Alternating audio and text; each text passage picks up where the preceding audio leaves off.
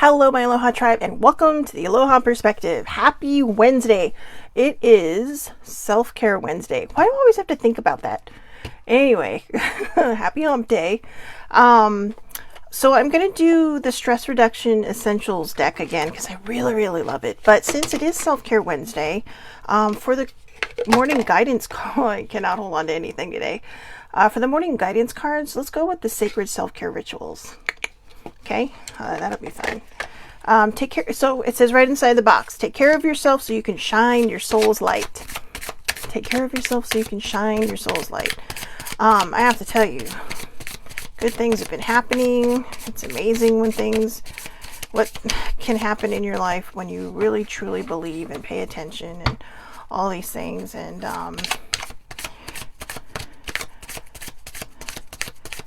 good morning, older sibling. Older sibling and I think we're still in the middle of a very spirited debate. And I don't mean spirited in like a polite way of saying yelling. I mean a very spirited debate, and where she gets me thinking about certain things. But let's see.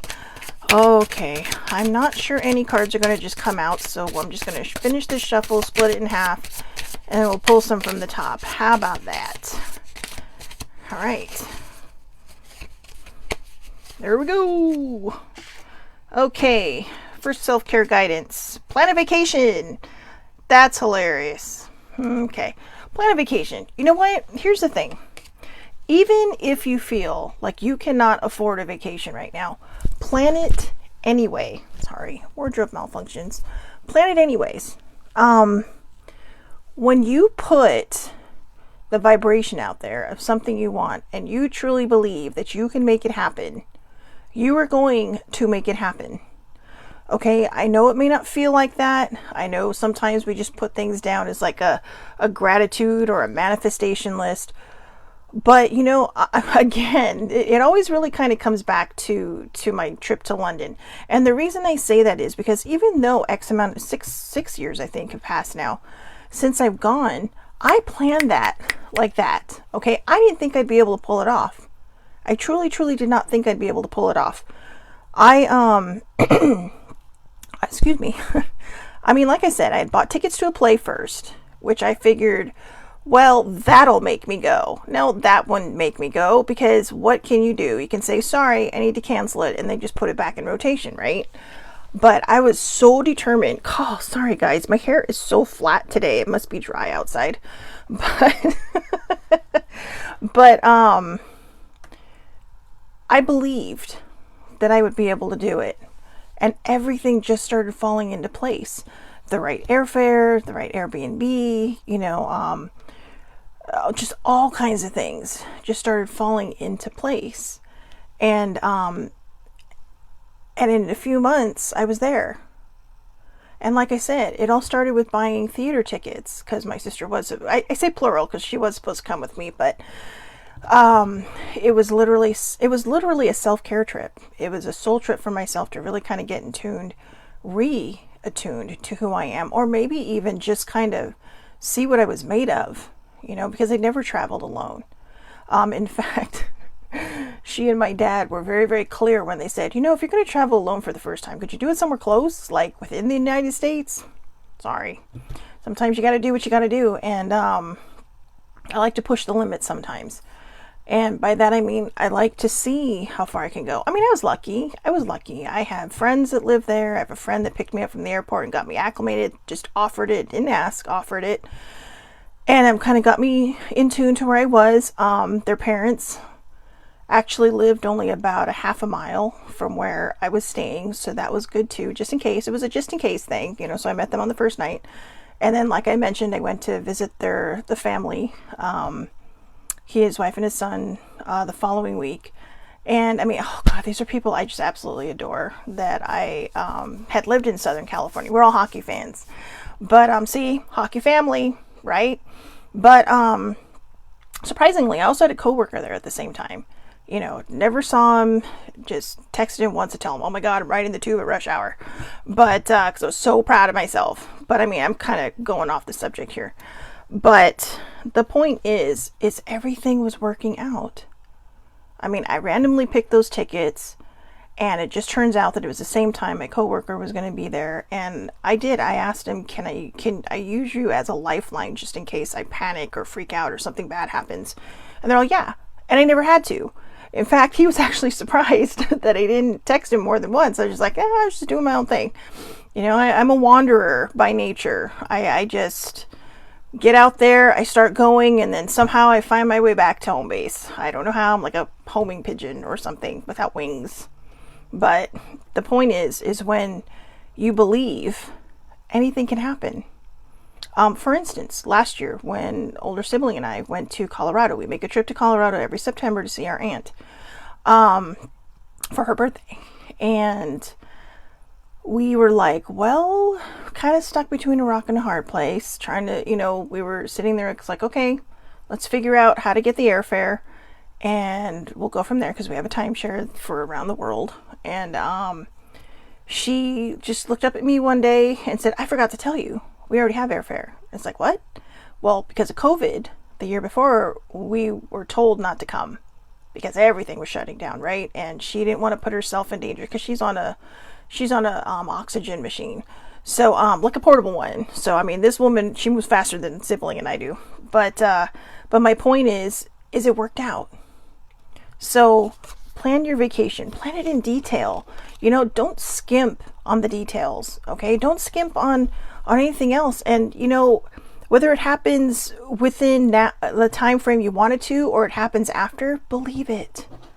Believe it. Even plan other little mini things that you could do. Take it, going for a family trip in the car, even. Just don't sell yourself short. Believe that good things can happen. All right. So plan a vacation. Number 2, dream journal. Dream journal. Growing up, I always had vivid dreams and I've always dreamt in color, but I didn't realize that not everybody dreams in color, and I also didn't realize not everybody remembers their dreams. Sometimes my dreams are so wacky. I mean, they're crazy. I feel like I'm literally somewhere else in my dreams. I had a dream once where I was this badass warrior type person and I was fighting off zombies and vampires. I know. It felt like I was in the movies. I mean, like in the movies.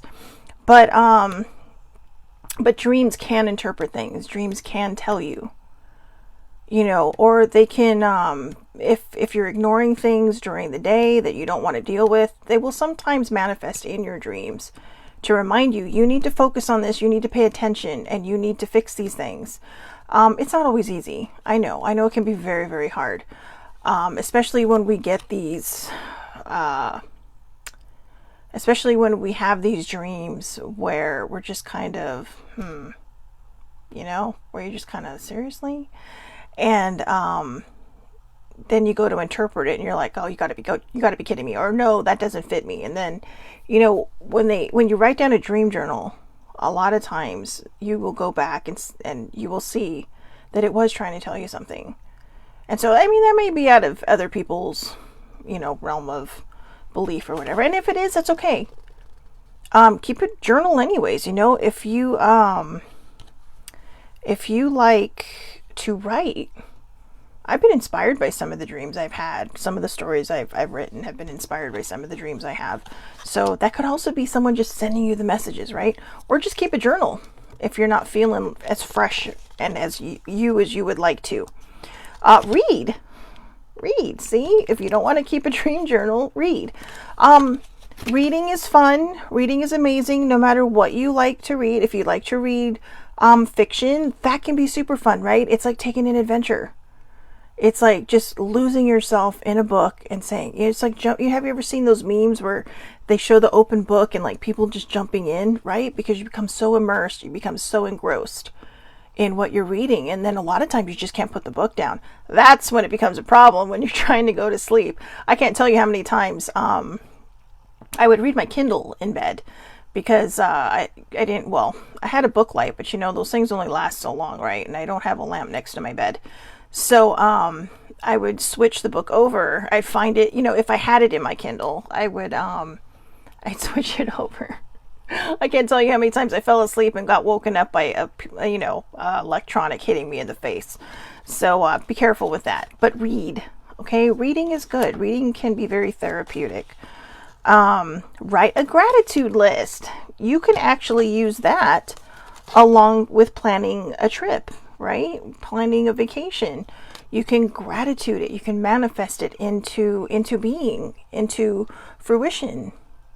You know, a lot of people don't believe that's possible, but when you believe that you can create something, you are going to create something. But remember what I always say, and it doesn't come from me, I got it from somewhere else, this or something better. If you are very, very precise and specific on what you want, you may not get it because it may not be meant for you.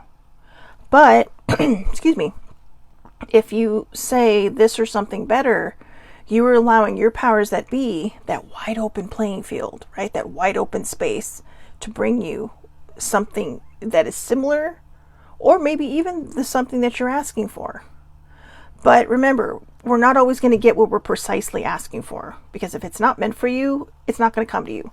So like I said again, just to reiterate, if you say this or something better, they will bring you what is meant to be yours. What is meant for you by divine right will not pass you by. It may feel like it's taking forever to get to you, but it will not pass you by. Okay? So, last one. Make a meal. You know, if you're feeling sluggish or icky or whatever, eat a salad. Eat a protein shake, eat fruit, eat whatever. Making a meal for some people, though, does kind of toe a very sensitive line. And by that I mean emotionally eating. A lot of times we tend to feed our feelings. I actually have a saying for myself sometimes. It says, feel the feelings, don't feed the feelings. Because I am, I want to say I'm a recovering emotional eater, but I'm not sure if I'm recovering or not. But I'm doing my best. I am doing my best. So if nothing else, I am in the stages of trying to overcome the emotional eating the best I can. And I do hope to get to a point where I'm in a recovering, situation where I'm recovering emotional eater and I don't feed my feelings anymore. It is an actual eating disorder. Like I've mentioned in the past in other perspectives, it's not as well known as its siblings that are very well known, but it is actually an eating disorder. And I got that from a therapist who specializes. One of her specialties is actually emotionally eating or eating disorders. And she told me, and I felt very validated. And the reason I'm sharing that again in this one, in case anybody's new here, is that I did feel very validated. I felt very, very validated in the sense that I thought it was all in my head. People used to tell me it's all in my head. Oh, you can just stop whenever you want. It's like, I'm trying, but nothing's working. And then I found out it was an actual thing. When there's holes that are left inside of us, sometimes we do things excessively. Some people exercise excessively. Some people diet excessively. Some people eat excessively. And not the healthiest of choices either, because when we emotionally eat, we tend not to pick the right things to eat. So, be careful with that. But you know what? Challenge yourself, okay? If you're an emotional eater, challenge yourself to eat something healthy the next time you're feeling that emotion.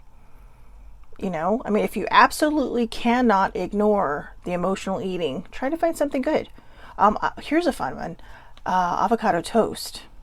Now, everybody thinks this is like some new craze, right? I have a coworker who's been doing this for years, and she taught me it. Well, in my previous life, having coworkers, but she taught me. And then on top of that, when you're done putting, you just break open the avocado, put it on some toast, and then here's the trick. She topped it with lemon pepper. I know I made that face, but damn, it's good. It is so good. And it's actually, depending on the kind of bread you eat, usually try for whole grain, which I know can be expensive. So if not, don't knock yourself out. All right. But it's better than shoving, fried foods in your face, right? Because I know that one well. But it's satisfying. It's really, really satisfying. So try that. You know, just try an alternative. And you will notice that the more that you try to remove one thing and replace it with something else, you know, you might start heading on the path of your own healing. You might start feeling better. You might start feeling healthier. And sometimes when we see that accomplishment, it starts to remind us, hey, I'm finally reminding myself that I'm worth it, that I don't need to eat my feelings.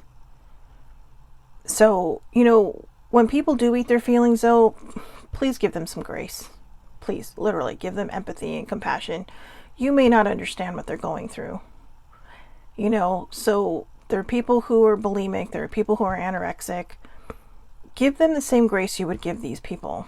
I mean, I know that the other two are a little more drastic, but believe it or not, I mean, I have put my health in a precarious state because of emotionally eating. So, you know, it's a double-edged sword. There is no good eating disorder. They all deserve empathy. They all deserve compassion, and the people that do it deserve that grace. A lot of people don't even realize they do it. That's the hard part, because it's not so commonly known as an eating disorder. You know, like I said, like its older siblings. You know, it is, and because it's not a commonly known eating disorder, people just think it's a natural thing for them to do. I'm going to eat my feelings. I mean, we joke about it, right? I'm going to go eat my feelings. And some people are able to do it and just stop. I mean, I admire those people. It's like, today I'm going to eat my feelings and then I'm done. And then they just go back to being healthy. It's like, wow, I want to be you. So anyways, one more card and then let's get going on to the other ones. Dance. Dance like nobody's looking. Right? I remember. So in our condo, in my sister's condo, her room is directly across from mine. And she has a bigger room. But my room actually sits above the living room. Okay. And I came down one day and she's like, was everything okay up there? And I'm like, what do you mean? She's all, it sounded like you had a lot of stuff going on up there. And I mean, this place is 44 years old. So I was dancing in my room. I was literally just, a good song came on. I couldn't help but dance in my room. I was dancing in my room, but I guess the floors creaked so much that she thought I was just dropping things or I don't know. I am, oh God. What do I always tell people? When nobody's looking, I feel like I'm Beyonce. When people are looking, I am probably like Weird Al. I don't know.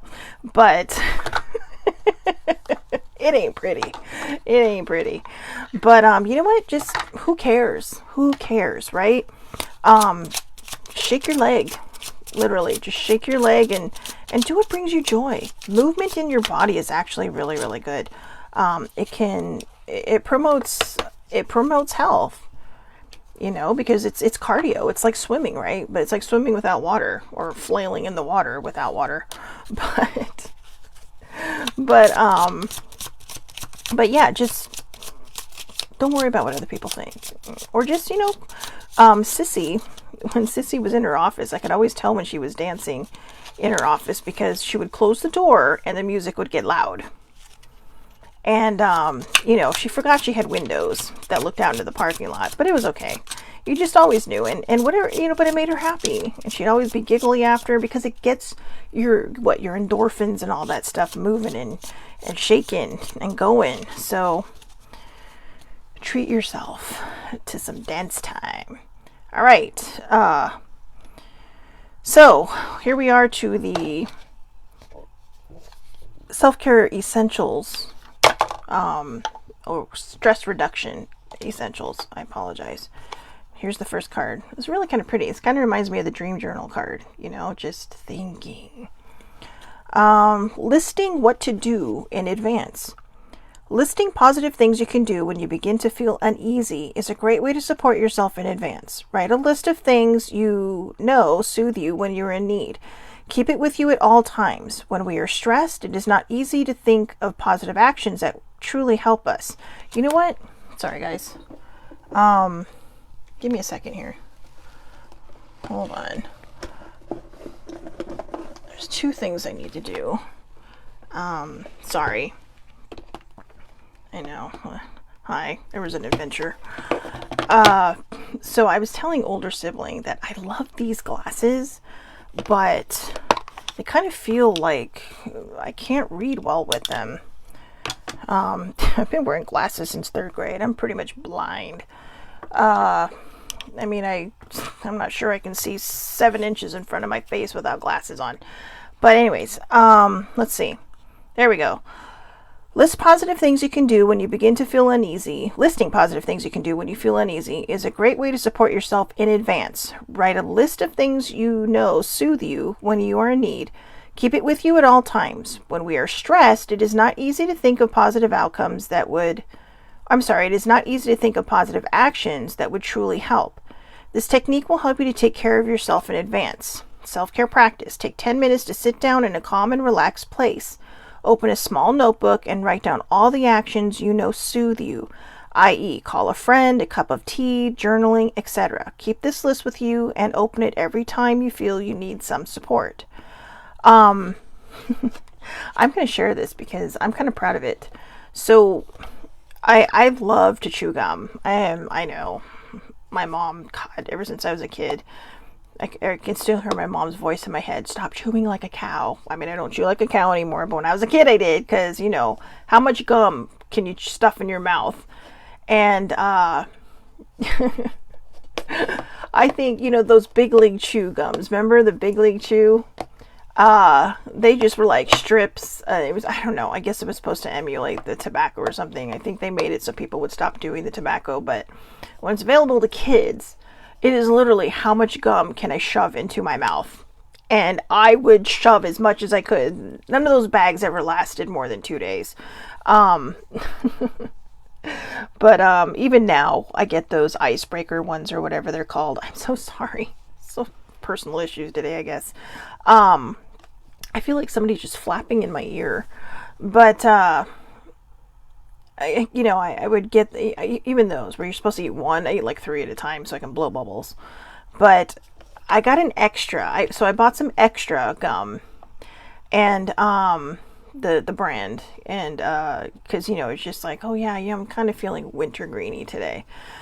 And when I was looking at the box, I thought, wow, this would make a great thing to put positive notes in for.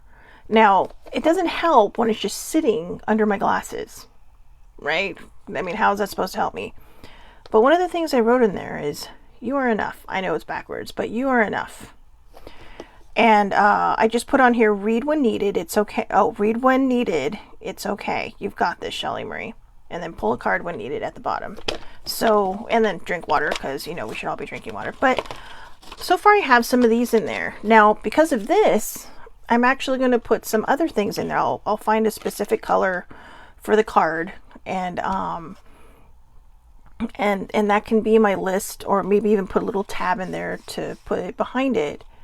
And it fits easily in a purse, okay? If you're a guy and you don't, obviously, if you don't use a satchel, a man bag, or whatever they call them, I don't know, a merce, is that what they call them, a merce? Or anything like that, then, keep something in your wallet. Write down a piece of paper, laminate it. And you know what? When I say laminate it, I don't actually mean laminate it. What I mean is get packing tape, because packing tape you can bend and you can fit it into your wallet. But if these are things you need to do, these lists of positive things that you need to keep around you, then do it. But when, keep one at your desk, and if not, keep a notebook. Put it in your phone, right? So it's just the little things that we can do. I have a book up here that I always forget about, which is why I ended up making this. And it's a book of things that people have said to me about, the perspective, about, myself in general, about the advocacy that I do for mental health, and or just, raising me up in general. And I didn't write it because of ego. I wrote it because when I hit these dark points, I need to remember to read these things. I've been in a very low place the last couple of weeks. I think in a way it's this whole recalibrating thing. Baby sibling asked me how I was doing this morning. I told her, I said, I feel dead and numb inside, but I don't know why. And I think what it is that I don't have that anchor of dread anymore. And so I think what's happening is my brain is readjusting to be a normal human being, right? Just experience the emotions as they come along. And that maybe it's very possible that this feeling I'm feeling is nothing more than contentment. I'm not sad. I'm not happy. Or, I mean, happy, but I'm not joyous. I'm just kind of here. And I think I'm overthinking it, because maybe that's just it. Maybe it's just that content feeling, like everything's okay right now.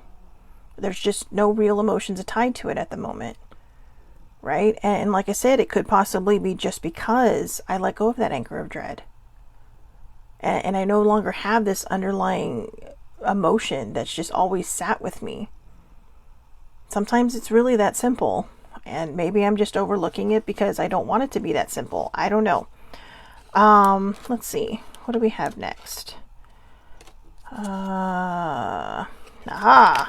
This is interesting. And I say interesting because it's kind of just touching on exactly what I just talked about. Recognizing emotions as they arise. Being aware of your emotional triggers and being able to notice when emotions arise will help you to soothe and stop unwanted emotions in their path. Self-care practice. Become aware of the situations in which your unwanted emotions may become triggered. Write down a list of what triggers them. When you start to notice one of these trigger situations occurring, or you feel unwanted emotions arising, take a step back and observe. Notice the emotion and notice where you are and what you are doing. Allow yourself to not get attached to the unwanted emotion. Becoming aware of your emotions as they arise will train you to notice them as a possibility, but not something that is out of your control. Choose how you want to feel. I think it was yesterday or the day before that I touched on this. When you're feeling your emotions, give it a temporary home. Okay? But don't move it in. Right? Give it a temporary home, give it a little bit of time to do whatever it needs to do, and then send it packing. So basically, feel that emotion. I remember mentioning a while ago, and gosh, I still wish I could remember the person's name on TikTok, because my friend sent it to in a group chat I belong to. And she was, what he was saying was, when you feel these triggers coming up, when you feel these emotions coming up and they feel like they're overwhelming, he's all set an alarm. He's all set a timer for like 5 minutes. And he's all cuss, scream, hit a punching bag. If you have that kind of equipment around, or he's all journal it or something, but he's all feel that emotion at its most intense. And then when the alarm goes off, let it go. Now you've given it the attention that it's craving, that it's needing.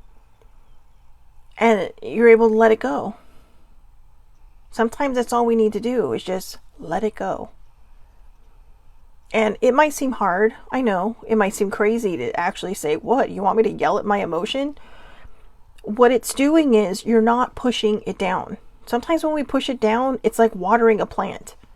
You're planting that seed. Or growing a plant. You're planting that seed when you push it down. And then the negativity that it starts to develop by not dealing with it in the moment could be what makes it grow and grow and grow until it is just a huge weed that is just bursting out of you. And whoever's around you when it bursts out of you may not be the lucky ones, right? So, sorry, I got a cat over there. But anyways, don't hold on to it, okay? Like I said, give it a temporary home and then let it go. Kick it out like a guest. Okay, let's see. Supportive family. Support of family. Now, I know not everybody has this, but let's redefine family. Family is what you make it. Family isn't always blood, right? Family isn't always blood. Family is what's in your heart. Now, I know that people always say, but they're family. But think about it, right? Your parents weren't family until they got married. They're not blood relatives, well, that we know of. But, hey, not judging, I'm just saying. But, in most scenarios, All right. Like, my parents weren't family until they got married. Right? But people always say, well, they're your family, they're your blood. Well, what about your spouse? They're not your blood. You may share things. I'm not going there. But now that can turn into a whole new conversation that I can have too. But no, I mean, think about your parents or your grandparents or your aunt and uncles, right? They're, you may be related to them because of your cousin or whatever. But I mean, I have cousins I grew up with that are not blood to me, but they're in my heart, and they're in my heart so deep. These are my cousins in San Diego, all of them. My extended Ohana as well, when my parents joined the Hawaiian Club. So, it's just, family is defined by the people that take care of you like a family would take care of you. We talk about tribes, we talk about community, your ride or dies, that's family. So, families are an amazing support resource. To have them there for us when we are in need is such a gift. Your family, whether biological or chosen, is a community and a safe space. I like that. I hadn't even read that yet, and I basically told you what the card said. And the reason I say that is because it's validating. It's very validating to know that the choices we make and the people we choose to be family with are the right choices.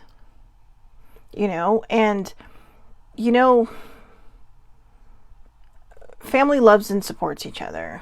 And sometimes bad things happen and we just kind of move away from things. But, as long as they have the love and support of other family, that's also good because that's nurturing for those people. But I'm going to read this again. Families are an amazing support resource. To have them there for us when we are in need is such a gift. Your family, whether biological or chosen, is a community and a safe space. Yeah, and you know what? Think about that too. People who are adopted, right? That's their family. They may not have given birth to them, but that's their family. Because family is what's in the heart. It's in your love center. That's where family starts. So self-care practice. When you begin to feel overwhelmed, slow down and refocus on you. Push yourself to think about a beautiful, positive moment with your family or friends. Smile. Recalling positive memories helps us to remember that everything is really okay and puts things in perspective. Call your best friend, your sister, or your mom. Well, or your dad. Take this opportunity to share a piece of yourself. And, I feel like these are geared towards women in some degree, but you know what, guys? Call your sister, your best friend, your mom, your dad, your brother, your best cousin, whatever. Call your person, call your people. Number 3, make an album on your phone of fun memories with loved ones. Look back to this album as needed to remind you are not alone and of all the beautiful people who support you. And I think that can go too with, what do you call it? Making things like this, right? Where you can put these things to good use. You can put these skills to good use. A lot of times I think we overthink things. In fact, the reason I say that is because I just kind of mentioned how I no longer have this anchor of dread that follows me everywhere I go. But that was kind of a very big thing when I was growing up because of what I'd been through. But I also talked about this duality that I had, right? Maybe that's just the answer right there. Maybe that's the solution. It's not about trying to find that feeling. It's about remembering the ones. When I talked about that duality where there was this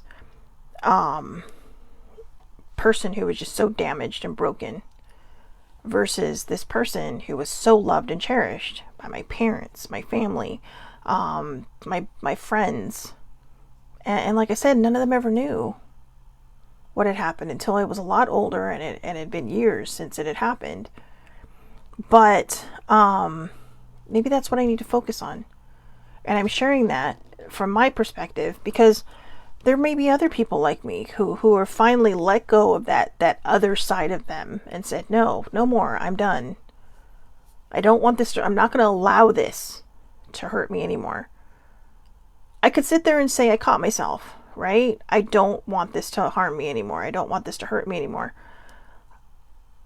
There's a difference between don't want and allow. Don't want means it's just a thought, like, nope, I don't want this to happen anymore. But you're still giving it permission. Because all you're saying is, yeah. I mean, you could tell people no until you're blue in the face, but that doesn't mean it's going to stop them from doing stuff. But when you sit there and you say, I will not allow you to do this to me, you're taking your power back. And maybe that's what I need to do. I will not allow that part of my life to haunt me anymore. I will not allow that time in my life, which were during my formative years, to take away any more than it's already taken from me.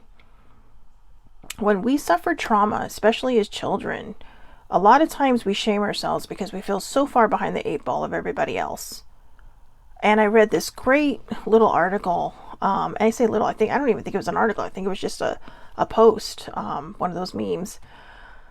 And what it basically said was that, don't be so hard on yourself because you feel like you're not where you're supposed to be. Because a lot of the people, basically what it was saying is a lot of people that you think where you should be caught up to didn't have to deal with what you had to deal with. It takes a lot of energy. It takes so much energy to get through and past pain of any kind. Of any kind. Maybe your parents divorced when you were really young. Or maybe you lost a sibling when you were really young, or lost a parent when you were really young. Those are traumatic events, especially for children. And when it's not nurtured and it's not taken care of, or in my case, when nobody knows about it, and you're this child trying to deal with things on your own, while there's also this confusing feeling because you have this whole other great life. My parents and I used to love traveling with my parents. I have traveled with my dad even when we went on that big 3-week trip to a bunch of national parks, and it was so much fun. And the only complaint we had was that we wished my mom was with us. We wish she had been there. That was the only complaint we had. We had fun. And I will, I'm going to side note here for a second. Kudos to my dad. My dad is one of the biggest champions in my life. And I say that not because, he helps me out from time to time, which he did. He's so sweet. He sent me some stuff today. And I was just like, wow, thank you. What a blessing. What a miracle.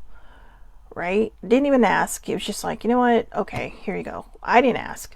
But when we talked about our trip, there was one point in our trip where we literally were on the California border of Nevada, and we had to drive to the Utah border of Nevada. So basically, we diagonaled the state, in one day. And when we were going, they're all, wow, Uncle, that's a long, he'll be telling people, he's like, wow, Uncle, that's a long drive. I don't think about it. I love driving. And he's like, oh, Shelly did most of the driving. I only drove for like 2 hours. She took on the other 6 or 7 or whatever it was.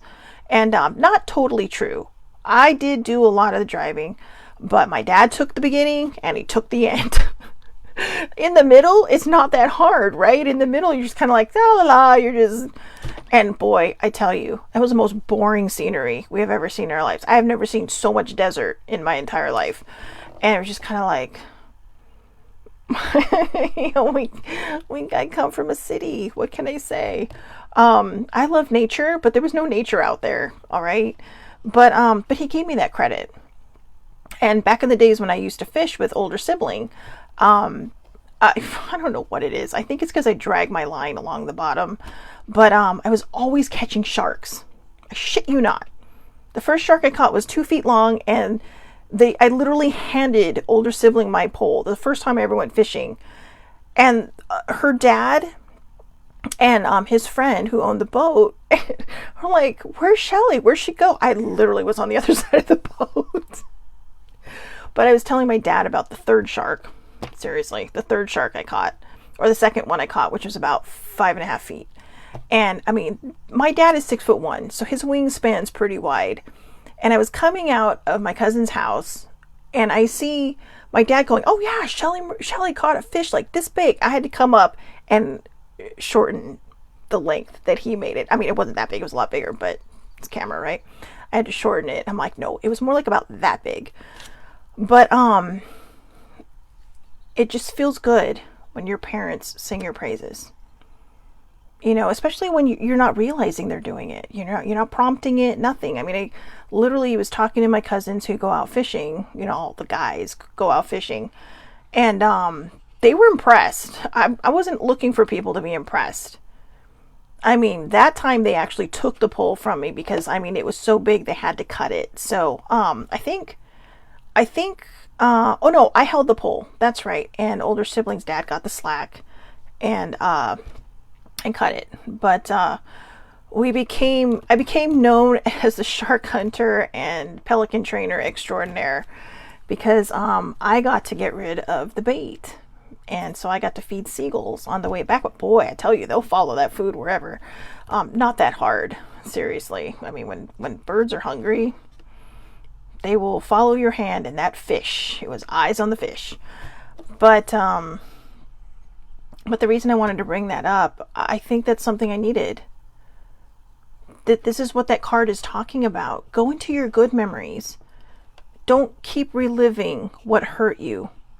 Because if you keep reliving what hurt you, you're going to keep reliving what hurt you. If it's a breakup, if it's losing somebody, you know, if somebody passes on, if it's a job, these are things that help us grow. And I honestly, I know this is going to sound dumb, guys, but you know what? In this time of talking and doing these cards, I literally just found my answer on how to not feel so numb and dead inside. I was focusing on all the wrong things. And I was thinking that these things I couldn't, or that I thought I'd left behind, which I was pretty sure I left behind, I was still trying to find that anchor of dread. I was trying to turn a content feeling into an anchor of dread, when really it's just a feeling of contentment.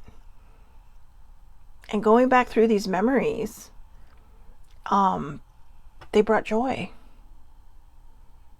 And I don't feel that emptiness, because maybe that's just it. It wasn't emptiness. It wasn't being numb, and it wasn't being dead inside.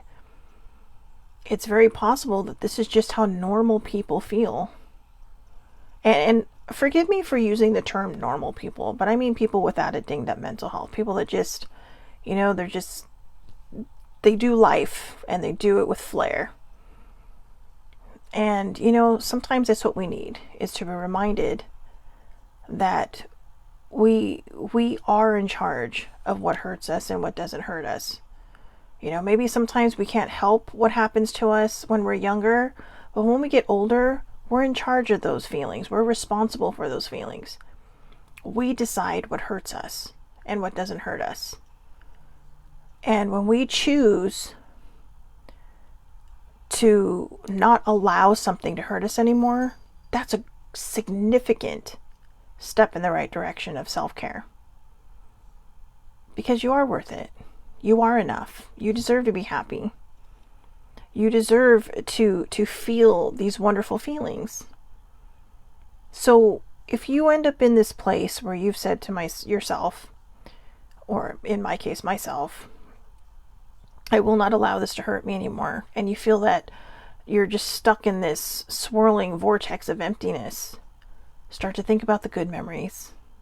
Start to think about the people who love you, who care about you, you know, who see you through the bad times, even if they're not physically there, you know, whether it's on the phone or something. You always know that they are there. They're just a phone call away. They're a text away. They may even be downstairs. But they're there for you. I mean, I'm excited. I get to see my dad on Friday because we're going to breakfast. And he just likes to get out of the house and just, you know, we meet halfway. But I always love seeing my dad. I always love seeing my dad. And, it's fun. I mean, like I said, I've made it a point to talk to him on the phone, once a week, because I'm trying to be better at that. One of my Hanai cousins actually came up with that. Hanai in Hawaiian is like adopted family. But like, she was talking to my dad when I was down there when he was recovering from COVID. And he's all, "Oh, why are you calling?" She's like, "Well, I'm just trying to be better at calling people and not text so much." So I really liked that. I really like that I have made it a point, even if I have to put it in my calendar, to talk to my dad at least once a week. So on the phone. So anyways, I hope everybody has a wonderful, wonderful day. Thank you for listening to me go on different directions with this, with my examples. That's what the perspective is. It's to shine a light on mental health from my perspective. The things I've gone through, how I deal with things. How I deal with things may not be the way everybody deals with things. How I deal with things may not be right for you. Just like there were people who made suggestions and they weren't right for me. But I listened and I tweaked it so it did fit me. Sometimes it's what we have to do, right? I mean, think of it as clothing. There's a pair of jeans and they come in all different sizes, right? And you just have to pick the size that fits you best. Okay? It's not all cookie cutter, but as long as you're headed in the right direction of healing, of self-care, of self-love, self-worth, self-respect, then you're on the right track. Don't worry about where other people are in their lives. Worry about you. Because like I said, if you have suffered some kind of event in your life that just felt so debilitating, and that's all different kinds of things across the board. Your feelings are valid. But if you've experienced that, you may be still trying to work through that.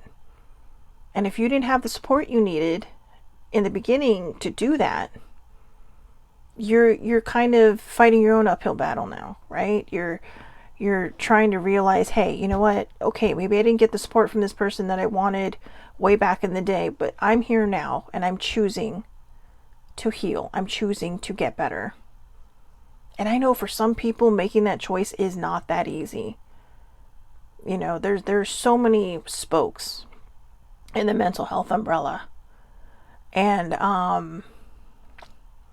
they're not always easy to deal with because, like I said, that's not cookie cutter either. So what works for me may not work for everybody else. But I know there will be other people that it will work for. And then we all do what we all do, right? We take it, we tweak it and make it our own so that it fits us and it does help us in the long run. Okay? So again, I hope everybody has a wonderful, wonderful day. Tomorrow is Things to Think on Thursday.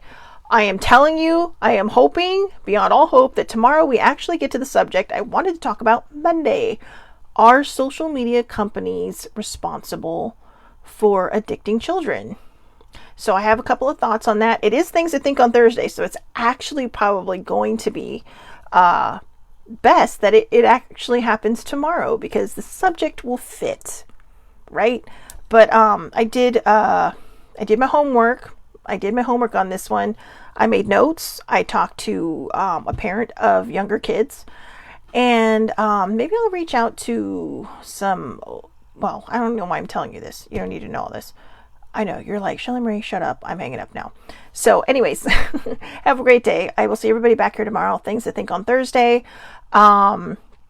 Apparently we are in PDT now, Pacific Daylight Time. So I will see everyone here tomorrow at 8:30 a.m. PDT. I did not even know that was a thing. I don't know. But Pacific Daylight Time in the morning. Facebook Live, it is public. Anybody can watch. Okay, anybody can come on in and watch. Or I do upload these later to YouTube under the Aloha Perspective with Shelly Marie Lucas. And then I also post them to Twitter. So I hope everybody has a great day. Thank you so much for watching. Please, please, please take care of yourselves. Self-care, self-love. And you know what? I'm going to leave you with this thought. You are worth it. And I want you to go around saying that today. I am worth it. All right. Have a great day.